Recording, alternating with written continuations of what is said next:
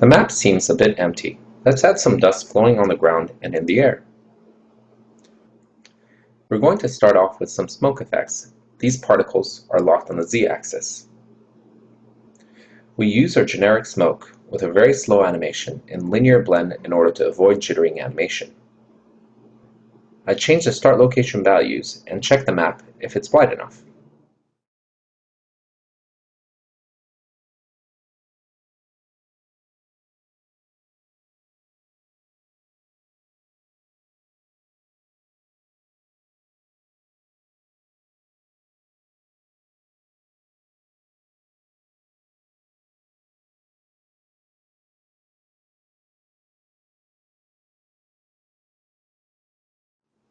The particles are too opaque and their speed isn't good, so adjust these settings and lower the spawn rate to optimize our little particle system.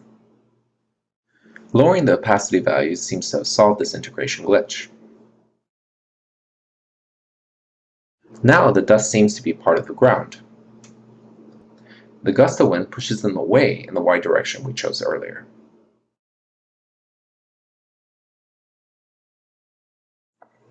Now, I'd like to add some volume to this dust. We could just take one of our existing emitters, duplicate it, and change out some modules.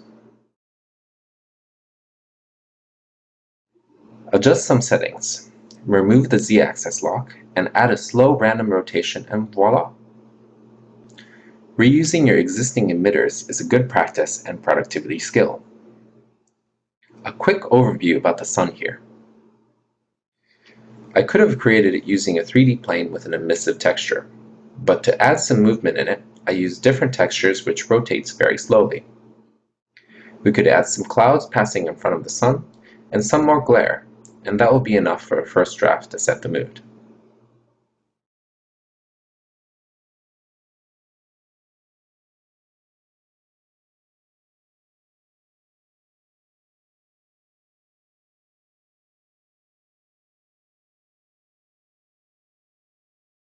In this work in progress level, some trees will be added behind this wall.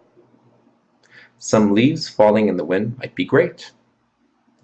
This effect is straightforward once you have a cool texture. The texture is a rotating leaf rendered in 3ds Max.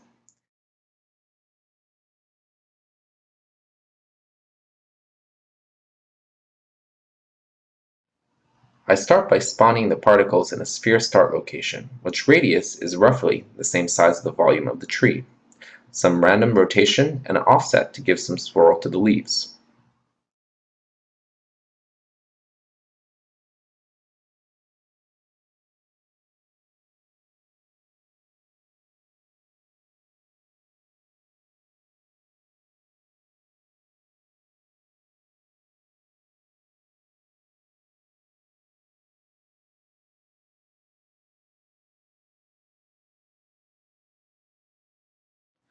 There should be some dust in the room.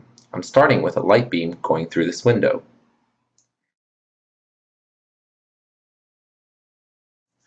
I've modeled the mesh in 3ds Max. It's the window frame extruded. It has the same orientation as the sun in the level. I've added some vertex alphas in order to create an opacity gradient without using a texture.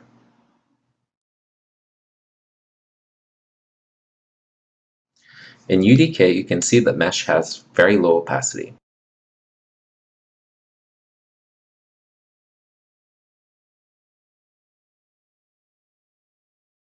The color is a vertex color module, same thing for controlling the alpha channel.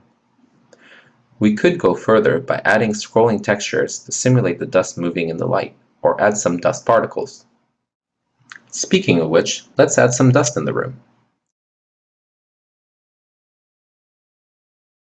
Keep in mind to have the same lighting and color values on the beam and the dust particles for consistency.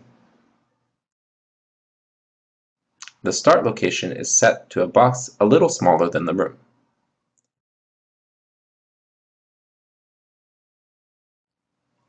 There are a lot of particles, but they are very small. It shouldn't impact the rendering performance. We can also add some particles in the light beam and also some dust where the entrance is, with some movement as if the wind was going through the store.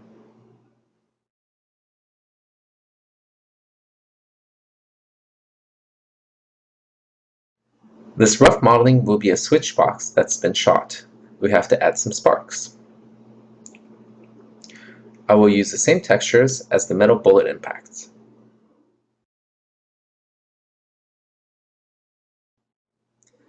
I've created a burst sequence. The particles are spawned with a specific timing and number. I will keep this burst sequence for all the emitters in this effect and only change the number of particles spawned and their behavior. Tweaking velocity, lifetime, and color allows us to have some nice spark effects with some apparent randomness.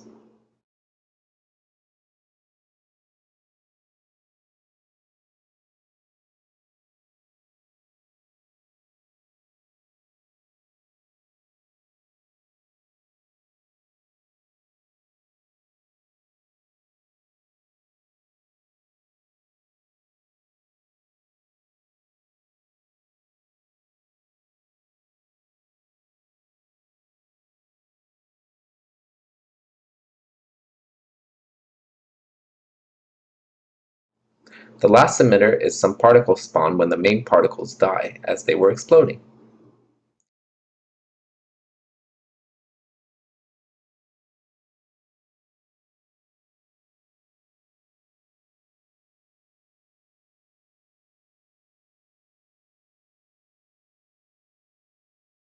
We can add an omni light, some smoke, and damages in the mesh itself to complete the effect.